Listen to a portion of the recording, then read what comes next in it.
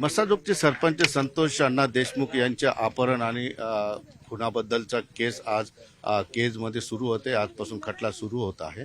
माझ्यासोबत धनंजय देशमुख आहेत, ते कोर्टाच्या परिसरात आहेत. मात्र अजून कोर्टात जाऊन सुनावणी दरम्यान बसणार की नाही बसणार हे त्यांच्या वकिलाशी बोलू ते ठरवणार आहेत. धनुभाऊ, काय म्हणाल?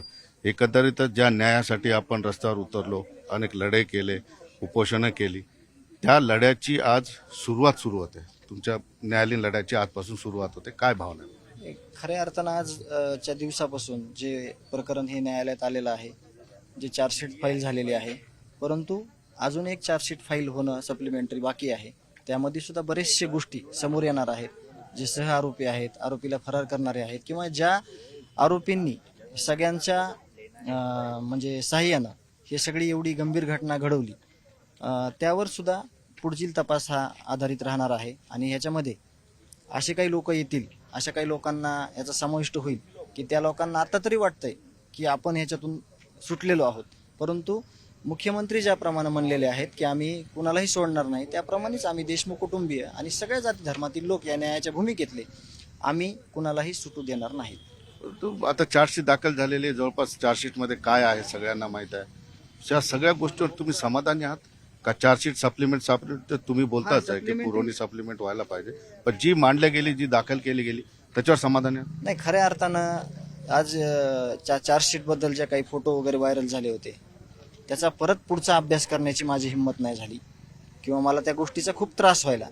म्हणून आता जे काही सगळे रिझल्ट पुढे येणार आहेत, जे सप्लिमेंटरी चार्जशीट तयार होणार आहे, त्यानंतरच आपल्याला हे लक्षात येईल की नेमकं ह्या प्रकरणामध्ये सगळ्या गोष्टी कशा पद्धतीने मांडण्यात आलेल्या आहेत आणि या आरोपींना कसं फाशीपर्यंत नेलं जाणार आहे. सप्लिमेंट पुरवणी जी चार्जशीट असते ती कदाचित काय राहून गेलं, कुणाचा समावेश करायचा का, याला धरून ती होत असते. धनुभाऊ, मला माहीत आहे त्या फोटोची आठवण झाली, त्याबद्दल बोललं की तुम्ही अत्यंत भावनिक होता. मात्र काय पुरवणी जबाबाची किती गरज आहे?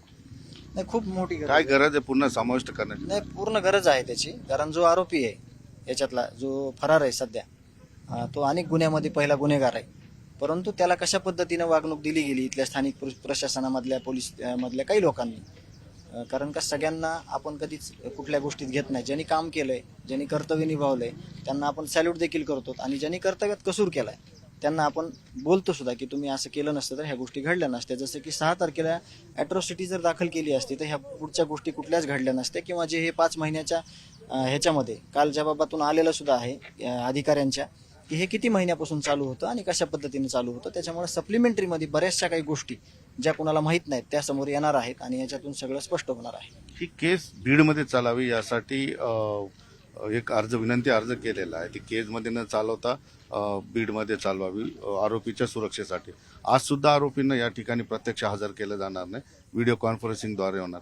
तुम्हाला काय वाटतं, केजमध्ये चालायला पाहिजे बीडमध्ये, का बीड जिल्ह्यातून बाहेरच ही केस चालायला पाहिजे? सुरक्षेच्या कारणास्तव त्यांनी आज कारण जरी दाखवलेलं असलं तरी आता ही केस कुठं चालायला पाहिजे.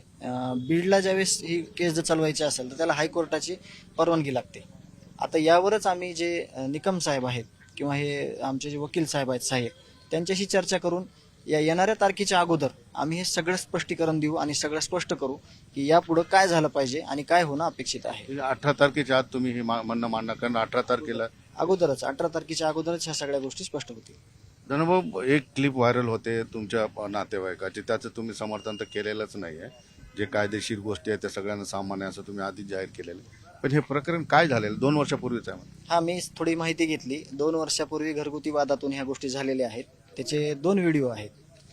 त्यांनी अगोदर जे मारहाण केलेली त्याचा पण व्हिडिओ आहे, पण परंतु याला मारलेला व्हिडिओ आज आलेला आहे, तर तो सुद्धा व्हिडिओ प्रसार माध्यमांकडे तुमच्याकडं काही वेळेत किंवा येईल. मी त्यांना त्या गोष्टीचं कुठल्याच समर्थन करत नाही, कारण माझा लढा हा न्यायाचा आहे. माझ्या भावासाठी मी न्याय मागतोय, म्हणून मी इतरत्र ज्या गोष्टी घडतात त्याकडे खूप कमी लक्ष देतो, परंतु कुणाला टाळत पण नाही. जे काही गोष्टी आहेत त्याचे स्पष्टीकरण ते जे संबंधित आहेत ते 100% दिल्याशिवाय राहणार नाही. या कुटुंब तुमचं पूर्णपणे मी बघितलंय. मागच्या 3-4 महिन्यापासून तुमच्या कुटुंबासोबत आहे मी. सगळ्या गोष्टी मी जवळून बघितलेल्या आहेत. पण आज कोर्टात पहिली सुनावणी आहे. काय कुटुंबाची भावना आहे? वैष्णवी असेल किंवा या सगळ्याच्या बद्दलची काय भावना आहे? काय ताणतणाव डोक्यात, काय बोलणं झालं? नाही, खरं बघितलं तर माझी आज देखील कुटुंबात जायची हिंमत होत नाही, त्यांना ह्या गोष्टीवर बोलायची हिंमत होत नाही. मी माझ्या हातातला लढाई तो लढतोय, जे काही सांत्वन करायला लोक येतात, काही संप्रदायातले येतात, सर्व जाती धर्मातील येतात, त्यांना जास्तीचा वेळ मी कुटुंबाला द्यायला सांगतो, जेणेकरून कुटुंबाचं दुःख कुठंतरी स्थिरावेल आणि त्याचा मी प्रयत्न करतो. आज त्या गोष्टीविषयी त्यांना मी काही जास्त बोलून आलेलो नाहीये. आज मी स्वतःहून इकडं आलेलो आहे आणि हे माझा लढा आहे, हे आपल्या सगळ्यांचा लढा आहे. आपण लढत राहणार आहोत आणि आरोपींना फाशी देणार आहोत. एक गोष्ट मी शेवटचा प्रश्न विचारतो की शेवटी ही लढाई चालूच राहणार आहे, न्यायालयीन डावपेच हे सगळ्या गोष्टी होत राहील. कोर्टाच्या तोंडून तुम्हाला काय ऐकायचं शेवटचं शब्द या या याचं- केस बद्दलचा लास्टचा निकाल काय ऐकायचा? ह्या आरोपींना सगळ्या फाशी दिली जाणार आहे असा कोर्टाचा निकाल येणं मला अपेक्षित आहे आणि तोच यावा आणि यायलाच पाहिजे. निश्चितपणे आपण बघितलं या ठिकाणी की ही लढाई बरेच दिवस चालेल, बरेच वर्ष सुद्धा चालू शकेल. मात्र या लढाईतला शेवटचा शब्द न्यायाधीशांच्या तोंडून या सर्व आरोपींना फाशी दिली जाणार आहे याची अपेक्षा या ठिकाणी धनंजय देशमुख यांनी बोलून दाखवली. सुधीर जाधवसह सिद्धार्थ गोदाम, न्यूज 18 लोकमत, केज.